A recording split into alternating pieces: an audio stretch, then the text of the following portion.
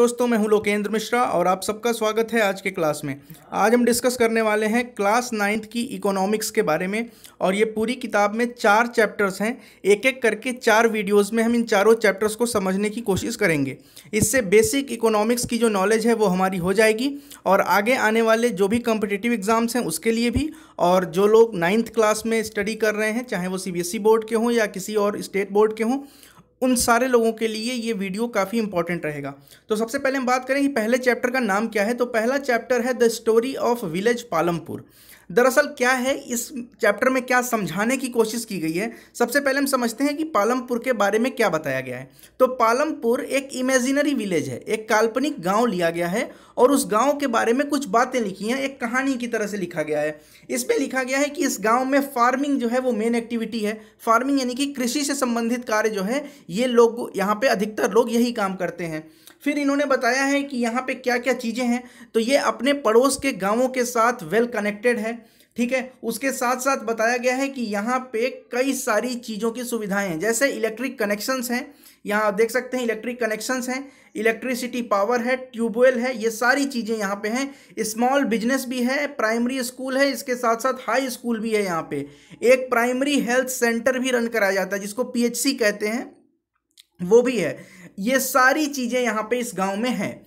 तो ये कहने का मतलब यह है कि एक ऐसा गांव जिसमें कि वर्तमान में जो भी सुविधाएं चाहिए रहने के लिए वो सारी चीज़ें हैं। लगभग 450 फैमिली हैं, 80 अपर कास्ट की फैमिली है, कुछ SC की फैमिलीज़ हैं, और इसके साथ साथ बताया गया है कि इसमें सारी सुविधाएं हैं। इससे क्या फ़ायदा हुआ क्यों, ये समझे हम। देखिए, ये बताया गया इसमें कि पालमपुर जो है, इतना पढ़ने के बाद हमें पता चला कहानी कि पालमपुर जो है एक वेल डेवलप्ड विलेज है, जहाँ पे रोड्स की सुविधाएं हैं, ट्रांसपोर्ट की सुविधा है, इलेक्ट्रिसिटी की सुविधा है, इरिगेशन फैसिलिटी है, स्कूल है, हेल्थ केयर है, सारी चीज़ें वहाँ पे मौजूद हैं। अब इससे क्या हमें पता चला? इससे पता चला कि एक डेवलप्ड विलेज के लिए क्या क्या चीज़ें होनी चाहिए। अब किसी भी इकोनॉमी में किसी भी चीज़ को डेवलप करने के लिए हमारे पास प्रोडक्शन होना चाहिए। अब प्रोडक्शन के लिए 3 चीज़ें चाहिए होती हैं, वो होता है लैंड, लेबर और कैपिटल। लैंड का मतलब है भूमि यानी ज़मीन होनी चाहिए। दूसरी चीज़ लेबर यानी कि काम करने वाले मजदूर होने चाहिए, वर्क फोर्स होना चाहिए। तीसरा होता है कैपिटल मतलब कि पैसा, कुछ काम आप करेंगे तो उसमें पैसा भी लगाएंगे। तो ये 3 चीज़ें होनी चाहिए। अब देखिए, प्रोडक्शन का एम क्या है? प्रोडक्शन का एम है कि नई नई सर्विसेज या गुड्स का प्रोडक्शन करना।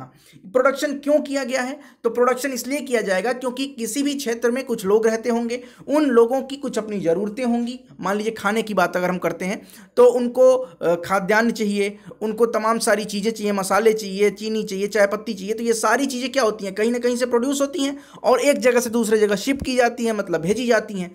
तो ये चीज़ें इनको चाहिए होगा। तो प्रोडक्शन के लिए जो सबसे पहला रिक्वायरमेंट है वो है लैंड यानी कि ज़मीन होनी चाहिए।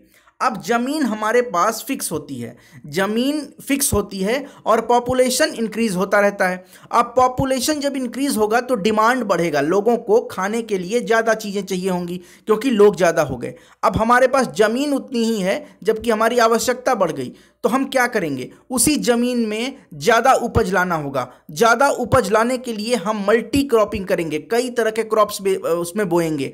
जैसे खरीफ है, रबी है, इनके बीच में जो सीज़न आएगा उसमें जायद की फसलें बोएंगे। इससे क्या होगा, अलग अलग तरह के क्रॉप्स बोए जाएंगे। अब इसके बाद भी काम नहीं हुआ, इसके बाद भी पॉपुलेशन बढ़ती चली गई और अभी भी लोगों की डिमांड बढ़ती चली गई और लैंड वही है। अब क्या करेंगे, नई नई टेक्नोलॉजीज़ का यूज करेंगे।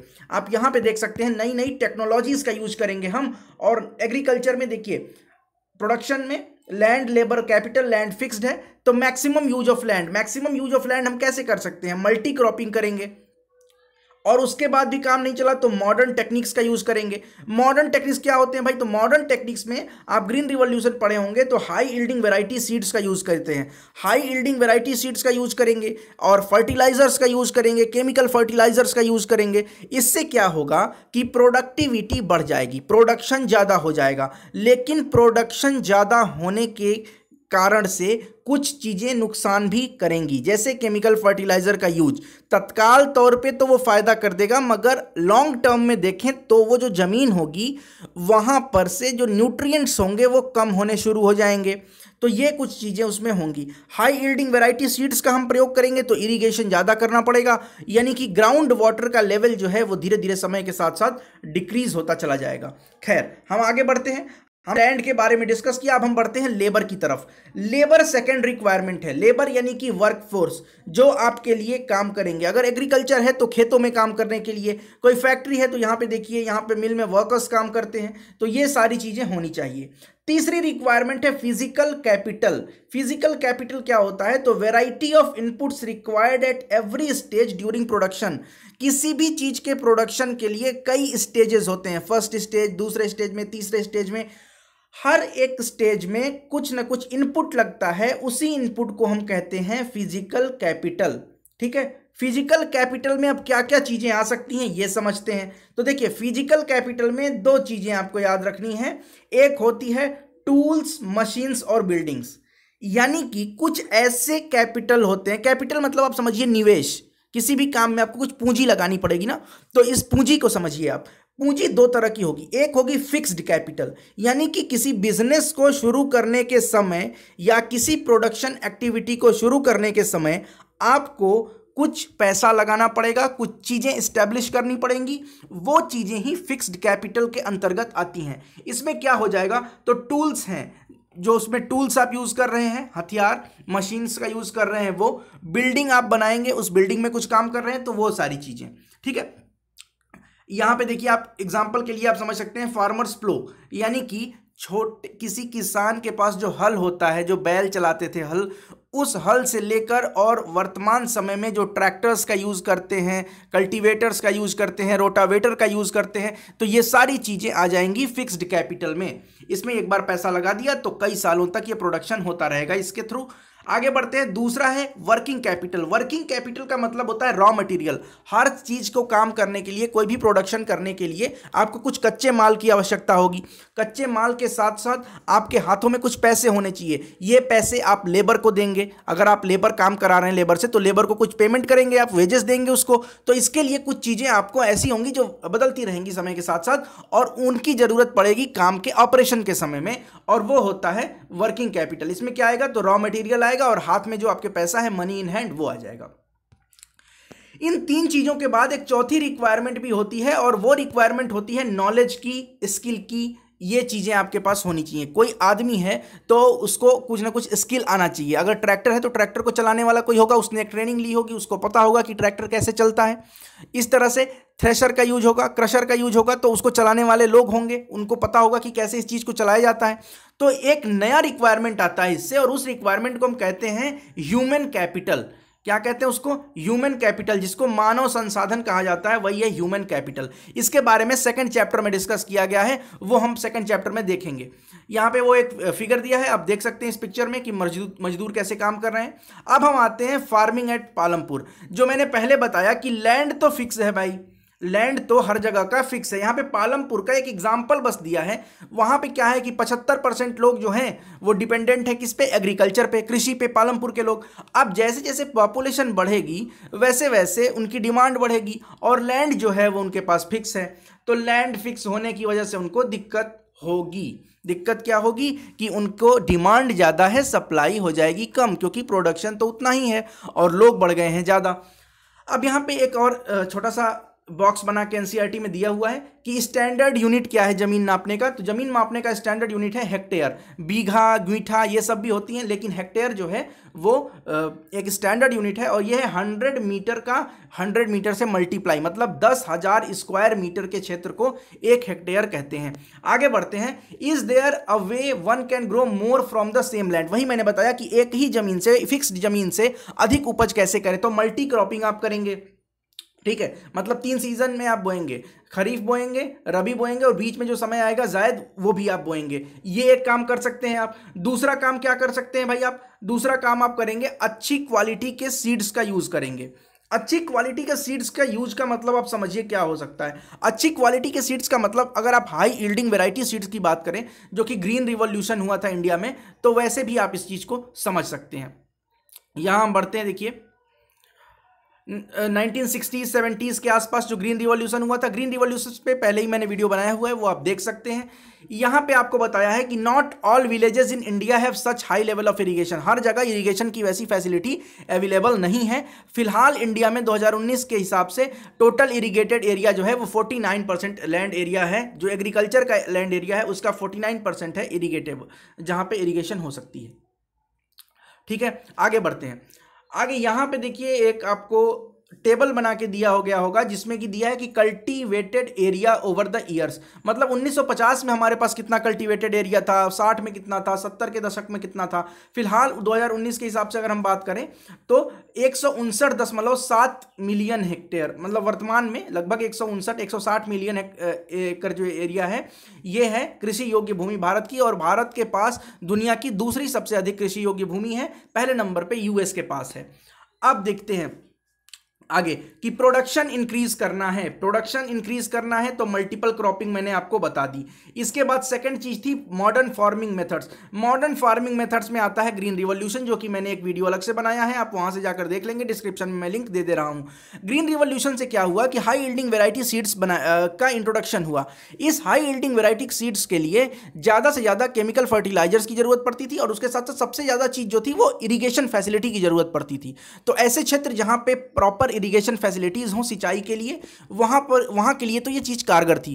खास करके पंजाब और वेस्टर्न यूपी, हरियाणा, ये जो तीन राज्य आप सुन रहे हैं, उत्तर प्रदेश का वेस्टर्न पार्ट, पंजाब और हरियाणा, ये तीनों ग्रीन रिवॉल्यूशन में अग्रणी थे। सबसे पहले जो ग्रीन रिवॉल्यूशन की शुरुआत हुई थी वो हुई थी पंजाब में, उसके बाद वेस्ट यूपी और हरियाणा में भी हो गई थी, और वीट के लिए, गेहूं के फसल के लिए ये खास करके हुआ था। अब इसमें दिक्कत क्या है, मॉडर्न फार्मिंग में देखिए क्या होता है। मॉडर्न फार्मिंग मेथड में क्या होगा, हाई यील्डिंग वैरायटी के सीड्स चाहिए आपको, अच्छी गुणवत्ता वाले, जहां से प्रोडक्शन अधिक होता हो वैसे सीड्स चाहिए आपको। केमिकल फर्टिलाइजर चाहिए होगा, पेस्टिसाइड चाहिए होगा, कीटनाशक चाहिए होगा आपको। इरिगेशन के लिए या तो कैनाल हो आपके पास, या तो ट्यूबवेल हो, या फिर पंपिंग सेट हो, या फिर आपके पास डैम्स वगैरह बने हुए हों। फार्मिंग के लिए मशीनरी चाहिए आपको, मशीनरी का मतलब आपको ट्रैक्टर चाहिए, रोटावेटर चाहिए, कल्टीवेटर चाहिए, कंबाइन चाहिए, ये सारी चीज़ें आपको चाहिए होंगी। डीजल पेट्रोल इसके लिए तो यूज होगा ही। तो ये सारी चीज़ें मॉडर्न फार्मिंग टेक्निक में आपको चाहिए होंगी। यहां पे वही चीज जो मैंने बताया, एमएस स्वामीनाथन, आपको एक चीज और फैक्ट याद रखना है, एमएस स्वामीनाथन जो हैं उनको कहा जाता है भारत में हरित क्रांति का जनक, father of green revolution in India. Green revolution वाले चैप्टर में मैंने इसको डिटेल में डिस्कस किया है। चौथे 5 ईयर प्लान, चौथी पंचवर्षीय योजना में इसकी शुरुआत की गई थी। ठीक है, आगे बढ़ते हैं। यहां पे जो लेट्स डिस्कस या जो बॉक्स बना के दिया गया होता है उसको जरूर आप लोग पढ़ लीजिएगा एक बार, ये आपके लिए इंपॉर्टेंट चीजें होती हैं। आगे बढ़ते हैं। विल द लैंड सस्टेन, अब वही बात यहाँ पे आ गई कि लैंड एक नेचुरल रिसोर्स है, लेकिन इसका यूज अब ज़्यादा करेंगे, ओवर यूज करेंगे, ओवर एक्सप्लॉइटेशन करेंगे लैंड का, तो क्या क्या चीज़ें दिक्कतें होंगी। तो देखिए ग्रीन रिवॉल्यूशन के कारण क्या हुआ कि सॉइल की फर्टिलिटी जाने लगी, क्योंकि एक्सेस में केमिकल फर्टिलाइजर का यूज किया गया। अब केमिकल फर्टिलाइजर शुरुआत में तो आपको प्रोडक्शन दे देंगे, लेकिन बाद के लिए वो जो न्यूट्रिएंट हैं वहाँ पे सॉइल में आपके वो लैक कर जाएंगे। दूसरी चीज़ आती है reduced the water table below. अब देखिए पानी की ज़्यादा आवश्यकता पड़ेगी जब आप हाई यील्डिंग वैरायटी सीड्स का यूज़ करेंगे। हाई यील्डिंग वैरायटी सीड्स के यूज़ करने में पानी का ज़्यादा यूज़ होगा, और पानी की खपत ज़्यादा होने से जो ग्राउंड वाटर का लेवल है वो बिलो चला जाएगा, यानी कि कम हो जाएगा। तो इन्वायरमेंटल रिसोर्सेज जैसे कि सॉइल की फर्टिलिटी, ग्राउंड वाटर, ये सब बहुत लाखों साल में एक बनते हैं, और इसको डिस्ट्रॉय करने के लिए 10 साल, 20 साल, 25 साल ही ओवर एक्सप्लॉइटेशन में ये सब समाप्त हो जाती है। तो एक चीज़ ये ध्यान में रखना होगा। ठीक है, आगे बढ़ते हैं। यहाँ पे देखिए पालमपुर विलेज में डिस्ट्रीब्यूशन ऑफ कल्टीवेटेड लैंड, ये डिस्ट्रीब्यूशन दिखाया गया कि पहले जैसे इतना लैंड था, फिर उनके बच्चे हो गए तो फिर छोटे छोटे में इसको डिवाइड कर दिया गया, तो इस तरह से पॉपुलेशन बढ़ती है तो डिमांड बढ़ता है, वो चीज़ें यहाँ पे बताई गई हैं। How is land distributed between the farmers of Palampur, वही मैंने बताया कि कैसे लैंड डिस्ट्रीब्यूट था।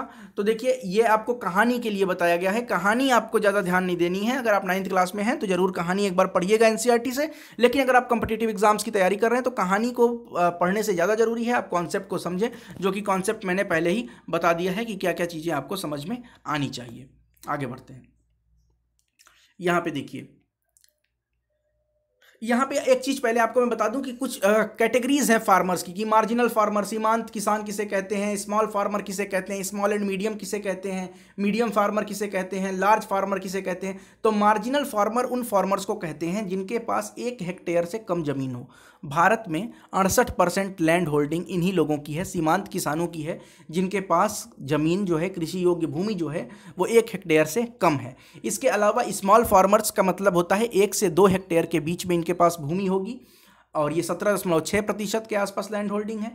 सेमी मीडियम में 2 से 4 हेक्टेयर, मीडियम में 4 से 10 हेक्टेयर, और लार्ज फार्मर्स जो होंगे वैसे फार्मर्स जिनके पास 10 हेक्टेयर से भी अधिक जमीन हो, उनको हम लार्ज फार्मर्स की कैटेगरी में रखते हैं। आगे बढ़ते हैं। यहाँ पे दिया हुआ है पुराना डाटा है, क्योंकि एनसीईआरटी में पुराने डेटा दिया है, तो ये आपको नहीं देखना है, आपको वर्तमान में देखना है, जो मैंने यहाँ पे बता दिया कि 68% लैंड होल्डिंग है आपकी। अब who will provide the labour, land तो हो गया भाई, लेबर दूसरी चीज़ है। लेबर कहाँ से आएंगे? तो लेबर, अब स्मॉल फार्मर्स जो हैं उनके पास कम ज़मीन है, तो अपना काम करने के बाद भी उनके पास खाने के लिए उतना पैसा नहीं होगा, तो वो दूसरे की खेत में भी बचे हुए टाइम पे काम करेंगे। मीडियम और लार्ज फार्मर्स उनको हायर कर लेंगे और वो उनके यहाँ काम करेंगे। इस तरह से लेबर की रिक्वायरमेंट जो है वो फुलफिल हो जाएगी।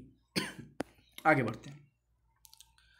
ये आप देख लीजिएगा कन्वर्सेशन हुआ है किसके किसके बीच में भाई, तो डाला भाई और रामकली के बीच में कुछ कन्वर्सेशन हुआ है, तो ये एक बार पढ़ लीजिएगा क्या ये लोग बातचीत कर रहे हैं। बातचीत इनकी जरूरी है, बातचीत यही कर रहे हैं कि कैसे कर्ज वर्ज में लग जाते हैं लोग, वो सारी बातें यहाँ पे हो रही हैं। ठीक है, आगे बढ़ते हैं। अब जो लोग काम कर रहे हैं लेबर, उनको वेजेस कैसे दी जाएंगी, सैलरी कैसे मिलेगी? तो देखिए, या तो कैश में मिलेगा या फिर काइंड में। काइंड का मतलब होता है कि आप किसी के खेत में काम कर रहे हैं, तो खेत के काम करने के बदले आपको अनाज दे दिया उसने, तो एक तो पेमेंट आपका ऐसे हो गया, या फिर उसने डायरेक्ट आपको कैश दिया। तो इस तरह से अलग अलग जगह पे अलग अलग तरीके का चलता है कि कैसा पेमेंट आपको मिलेगा। ठीक है, तो ये तो हो गया। अब यहाँ पे देखिए, डाला is a landless farmer, landless farm labourer, यानी डाला जो है ये एक किसान है जिसके पास अपनी ज़मीन नहीं है, ये मजदूर है, किसान नहीं है बल्कि खेतीहर मजदूर है, और ये डेली वेजेस पर पालमपुर में लोगों के यहाँ काम करता है। ठीक, लेकिन अब दिक्कत क्या है इसके साथ? दिक्कत यह है कि सरकार 60 रुपये एक दिन का देती है, तो इसको 35 से 40 रुपये ही मिलता है। क्यों?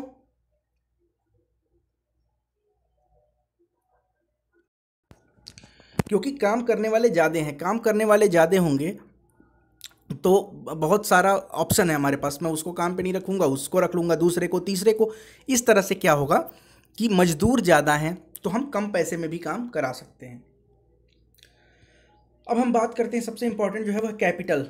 कैपिटल कहाँ से आएगा? तो कैपिटल देखिए, स्मॉल फार्मर्स जो हैं वो क्या करेंगे, स्मॉल फार्मर्स के पास कैपिटल आ रहा है, borrow money to arrange their capital, वो कर्ज लेंगे और कर्ज लेकर खेती करेंगे। किससे कर्ज लेंगे? तो गांव में जो मनी लेंडर्स होंगे उनसे लेंगे, जो ट्रेडर्स होंगे उनसे लेंगे। लेकिन इनका जो इंटरेस्ट रेट होता है वो बहुत हाई होता है। हाई इंटरेस्ट रेट होने के कारण इनको दिक्कत का सामना करना पड़ेगा। दिक्कत क्या कि ये कर्ज में लदते चले जाएंगे। फिर एक कहानी यहाँ पे दिया है, वो आप पढ़ लीजिएगा। आगे बढ़ते हैं हम फिर से। Sales of surplus farm product, देखिए खेती बाड़ी करने के बाद जब खेतों में एक्स्ट्रा आपके अनाज हो रहा है, आपके कंजम्पशन से अधिक अनाज अगर आपके खेतों में हो रहा है तो आप क्या करेंगे? जब अधिक खेतों में अनाज हो रहा है तो वो सरप्लस कहा जाएगा उसको, मतलब आपके कंजम्पशन से अधिक हो गया, तो उसको मार्केट में आप ले जाके बेच देंगे। जैसे स्मॉल फार्मर्स है तो उनके पास कम सरप्लस होगा, उनके पास कम बचेगा, लेकिन जो बड़े बड़े फार्मर्स हैं उनके पास ज़्यादा बचेगा, तो उनके पास सरप्लस ज़्यादा होगा।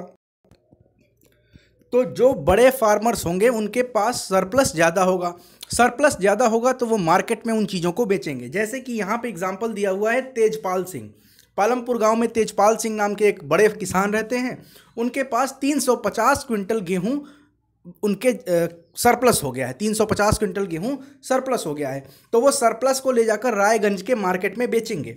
अब देखिए, जब किसान के पास सरप्लस अमाउंट हो गया तो यानी कि उसके पास पैसा आएगा।